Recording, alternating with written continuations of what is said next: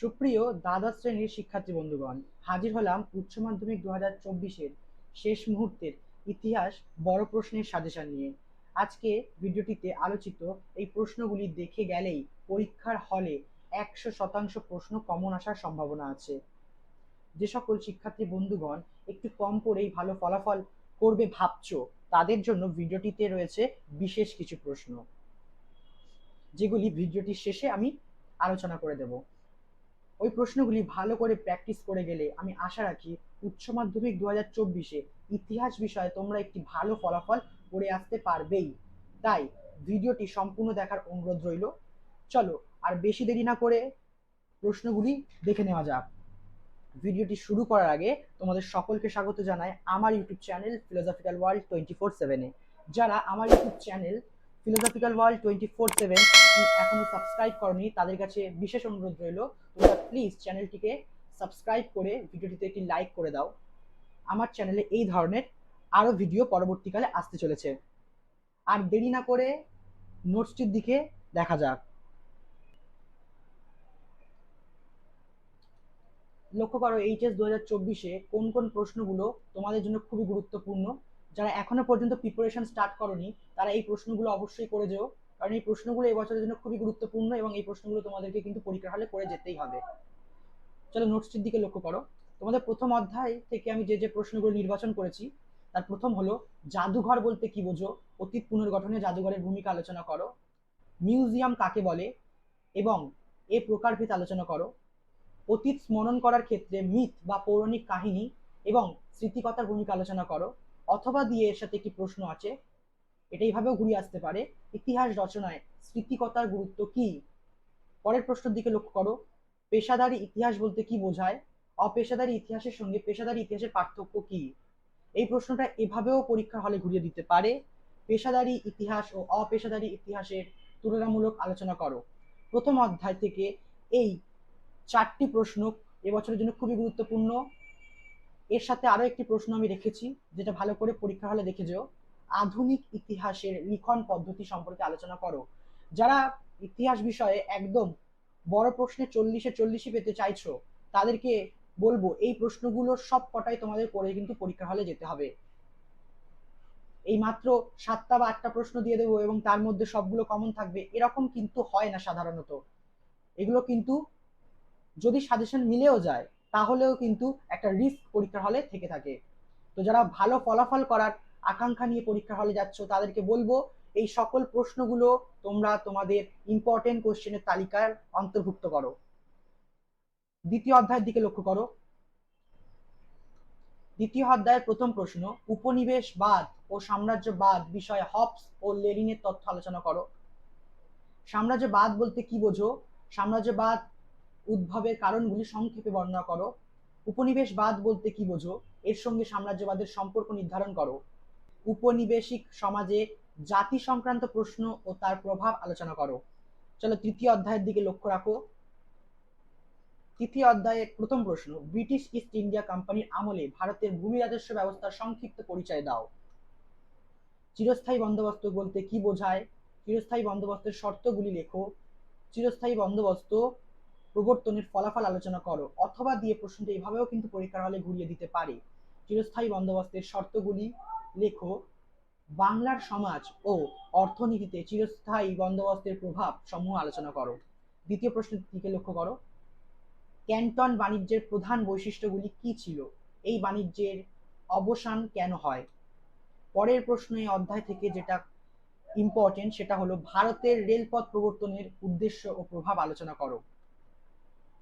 ভারতের অবশিল্পায়নের কারণগুলি কি ছিল, ভারতীয় অর্থনীতির ওপর এর প্রভাব আলোচনা করো। অথবা ব্রিটিশ ভারতে অবশিল্পায়নের কারণ আলোচনা করো ও ফলাফল আলোচনা করো। অথবা দিয়ে প্রশ্নটা এভাবেও কিন্তু ঘুরিয়ে দিতে পারে, ব্রিটিশ শাসনকালে ভারতের শিল্প বাণিজ্য ধ্বংসের কারণ ও ফলাফল আলোচনা করো। আমি কিন্তু এই সাজেশনে একটা প্রশ্নকে যতভাবে ঘুরিয়ে দিতে পারে অথবা দিয়ে কিন্তু তোমাদের সামনে সেগুলো তুলে ধরেছি। এই প্রশ্নগুলো কিন্তু তোমাদের কিন্তু করে যেতেই হবে পরীক্ষা হলে। চতুর্থ অধ্যায়ের দিকে লক্ষ্য রাখো। চতুর্থ অধ্যায়ের প্রথম প্রশ্ন, শিক্ষা সংস্কার ও সমাজ সংস্কারে ঈশ্বরচন্দ্র বিদ্যাসাগরের অবদান কি ছিল। দ্বিতীয় প্রশ্ন, আলিগড় আন্দোলনের একটি সংক্ষিপ্ত বিবরণ দাও। এই আন্দোলনে সৈয়দ আহমেদ খানের ভূমিকা কি ছিল তা পর্যালোচনা করো। 3 নম্বর প্রশ্ন, বাংলার নবজাগরণের প্রকৃতি আলোচনা করো। এর সীমাবদ্ধতা কি ছিল? পাশ্চাত্য শিক্ষার প্রভাবে চীনে কিভাবে বুদ্ধিজীবী শ্রেণীর উদ্ভব হয়েছিল? এর সাথে আরো একটি প্রশ্ন গুরুত্বপূর্ণ, তাইপিং বিদ্রোহ সম্পর্কে একটি টিকা লেখো। চীনের চৌঠা মে আন্দোলনের কারণগুলি বিশ্লেষণ করো। এই আন্দোলনের প্রভাব আলোচনা করো। অথবা বিংশ শতকে চীনের চৌঠা মে আন্দোলনের গুরুত্ব বা তাৎপর্য বা প্রভাব আলোচনা করো। পরের অধ্যায়ের দিকে নজর রাখো। 1909 খ্রিস্টাব্দে মরলে-মিন্টো সংস্কার আইনের প্রধান বৈশিষ্ট্যগুলি আলোচনা করো। রাওলাট আইনের উদ্দেশ্য কি ছিল? এই আইনের বিরুদ্ধে ভারতীয়দের প্রাথমিক প্রতিক্রিয়া কি ছিল? গান্ধীজি কেন এই আইনের বিরোধিতা করেছিলেন? এই প্রশ্নটা বিভিন্ন ভাবে প্রতি বছর পরীক্ষায় ঘুরিয়ে দেয়। মিরাট ষড়যন্ত্র মামলার প্রেক্ষাপট আলোচনা করো। এই মামলার পরিণতি কি ছিল? 1935 খ্রিস্টাব্দে ভারত শাসন আইনের প্রেক্ষাপট ও শর্তাবলী আলোচনা করো। এই আইনের গুরুত্ব কি ছিল? লখনউ চুক্তির শর্তাবলী উল্লেখ করো। এই চুক্তির গুরুত্ব সম্পর্কে সংক্ষিপ্ত আলোচনা করো। জালিয়ানওয়ালাবাগের হত্যাকাণ্ডের প্রেক্ষাপট কি ছিল? জালিয়ানওয়ালাবাগের ঘটনার গুরুত্ব আলোচনা করো। এখনো পর্যন্ত যারা ভিডিওটির সাথে যুক্ত আছো, তোমাদের কাছে অনুরোধ রইল এখনই ভিডিওটিতে একটি লাইক করে দাও। ভিডিওটিতে আলোচিত প্রশ্নগুলি পিডিএফ আকারে আমি ডেসক্রিপশনে আপলোড করে দেব, তোমরা সেখান থেকে এর পিডিএফ নোটস ডিটেলসে পেয়ে যাবে। ষষ্ঠ অধ্যায়ের দিকে লক্ষ্য করো। ভারত ছাড়ো আন্দোলনের ঐতিহাসিক তাৎপর্য ব্যাখ্যা করো এবং এই আন্দোলনে মহিলাদের অংশগ্রহণ সম্পর্কে সংক্ষেপে আলোচনা করো। ক্রিপস মিশনের প্রস্তাবগুলি আলোচনা করো। ক্রিপস মিশনের ব্যর্থতার কারণগুলি ব্যাখ্যা করো। 1946 খ্রিস্টাব্দে নৌ বিদ্রোহের কারণ ও তাৎপর্য আলোচনা করো। অথবা 1946 খ্রিস্টাব্দে নৌ বিদ্রোহ সম্পর্কে একটি সংক্ষেপে টিকা লেখো। হো চি মিনের নেতৃত্বে ভিয়েতনামের মুক্তিযুদ্ধের একটি সংক্ষিপ্ত পরিচয় দাও। 1942 খ্রিস্টাব্দে ভারত ছাড়ো আন্দোলন সম্পর্কে একটি নিবন্ধ লেখো। তোমাদের সামনে আমি যে প্রশ্নগুলো তুলে ধরছি এখান থেকে 2024-এ যে প্রশ্নগুলি বিশেষ গুরুত্বপূর্ণ, যে প্রশ্নগুলো না করে গেলে পরীক্ষার হলে কমন পাওয়ার সম্ভাবনা 0%, সেই প্রশ্নগুলো আমি ভিডিওর শেষে আলোচনা করে দেব, তাই ভিডিওটি স্কিপ না করে সম্পূর্ণ দেখো। মাউন্টব্যাটেনের পরিকল্পনার মূল বিষয়গুলি কি ছিল? এই পরিকল্পনার ফল কি ছিল? অথবা মাউন্টব্যাটেনের পরিকল্পনা কি? এই পরিকল্পনার বিষয়ে ভারতীয় নেতৃত্ববৃন্দের কি মনোভাব? পরের অধ্যায়, সপ্তম অধ্যায়ের দিকে লক্ষ্য রাখো। ঠান্ডা লড়াই বলতে কি বোঝায়? ঠান্ডার লড়াইয়ের তাত্ত্বিক ভিত্তি আলোচনা করো।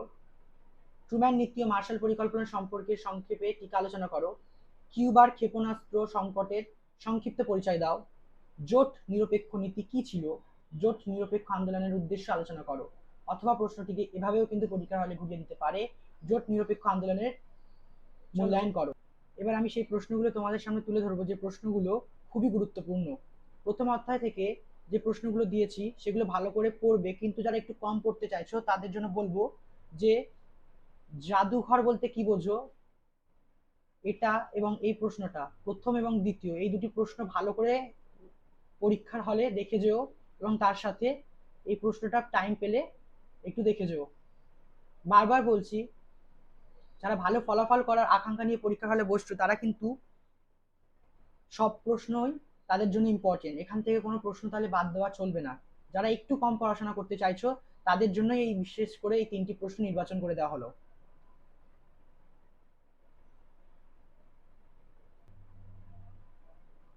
দ্বিতীয় অধ্যায় থেকে তোমাদের 3টে প্রশ্ন পড়তেই হবে। প্রথম প্রশ্নটি,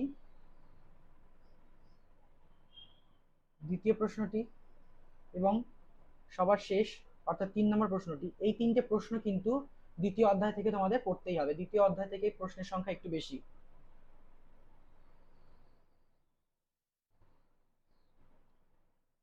তৃতীয় অধ্যায়ের দিকে লক্ষ্য রাখো। তৃতীয় অধ্যায় থেকে যে যে প্রশ্নগুলো পড়বে তার প্রথমটি হলো ভারতে রেলপথ প্রবর্তনের উদ্দেশ্য ও প্রভাব আলোচনা করো, অর্থাৎ এই প্রশ্নটি, এবং এই অবশিল্পায়নের এই প্রশ্নটি, ভারতে অবশিল্পায়নের কারণগুলি কি ছিল, ভারতীয় অর্থনীতির উপর এর প্রভাব, এই দুটো প্রশ্ন ভালো করে লক্ষ্য করে যেও পরীক্ষার হলে। সাথে ক্যান্টন বাণিজ্য, এই তিনটে প্রশ্ন এই অধ্যায় থেকে ভালো করে প্র্যাকটিস করে যাও। এই তিনটে প্রশ্ন এবছর, এই তিনটের মধ্যে যে কোনো একটি প্রশ্ন এবছর পরীক্ষার আসার সম্ভাবনা শতাধিক। চতুর্থ অধ্যায়ের দিকে নজর রাখো। চতুর্থ অধ্যায় থেকে যে প্রশ্ন দুটো আমি নির্বাচন করেছি সেটি হলো আলিগড় আন্দোলন সম্পর্কে একটি সংক্ষিপ্ত টিকা, এই আন্দোলনে সৈয়দ আহমেদ খানের ভূমিকা কি ছিল তা পর্যালোচনা করো, এবং এর সাথে চৌঠা মে আন্দোলন, এই দুটো প্রশ্ন ভালো করে লক্ষ্য করে যেও, ভালো করে প্র্যাকটিস করো এই দুটো প্রশ্ন। পঞ্চম অধ্যায়ের দিকে যাওয়া যাক।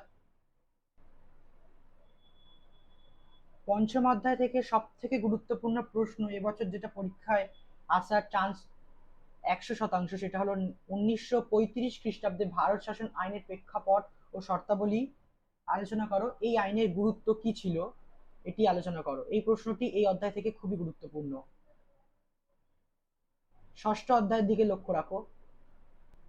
ষষ্ঠ অধ্যায় থেকে যে প্রশ্নগুলো নির্বাচন করেছিস তার মধ্যে প্রথমটি হলো ভারত ছাড়ো আন্দোলনের ঐতিহাসিক তাৎপর্য ব্যাখ্যা করো এবং এই আন্দোলনে মহিলাদের অংশগ্রহণ সম্পর্কে সংক্ষেপে আলোচনা করো। এবং এর সাথে আরো একটি প্রশ্ন যেটা এবছরে খুবই গুরুত্বপূর্ণ, 1946 খ্রিস্টাব্দে নৌ বিদ্রোহের কারণ ও তাৎপর্য আলোচনা করো, অথবা 1946 খ্রিস্টাব্দে নৌ বিদ্রোহ সম্পর্কে একটি সংক্ষিপ্ত টিকা লেখো। এই দুটো প্রশ্ন এবছরের জন্য খুবই গুরুত্বপূর্ণ এই অধ্যায় থেকে। চলো পরের অধ্যায়টা লক্ষ্য করো। সপ্তম অধ্যায় থেকে প্রশ্নের সংখ্যা একটু বেশি। সপ্তম অধ্যায় থেকে তোমাদের সর্বমোট 3টে প্রশ্ন করতে হবে। তার মধ্যে প্রথমটি হলো ঠান্ডা লড়াই বলতে কি বোঝো, ঠান্ডা লড়াইয়ের তাত্ত্বিক ভিত্তি আলোচনা করো। তার সাথে আছে ট্রুম্যান নীতি ও মার্শাল পরিকল্পনা সম্পর্কে সংক্ষেপে আলোচনা করো। এবং সর্বশেষ যে প্রশ্নটা করে যেতে হবে সেটি হলো কিউবা ক্ষেপণাস্ত্র সংকটের সংক্ষিপ্ত পরিচয় দাও। এই অধ্যায় থেকে সবথেকে গুরুত্বপূর্ণ প্রশ্ন হলো সার্ক গঠিত হয়েছিল এর উদ্দেশ্য লেখো। এই প্রশ্নটি এবছরের জন্য সব থেকে বেশি গুরুত্বপূর্ণ প্রশ্ন। তোমাদের কাছে অনুরোধ রইল, আমি যে প্রশ্নগুলো নির্বাচন করে দিচ্ছি এর থেকে কম প্রশ্ন পরীক্ষা হলে করে যেও না।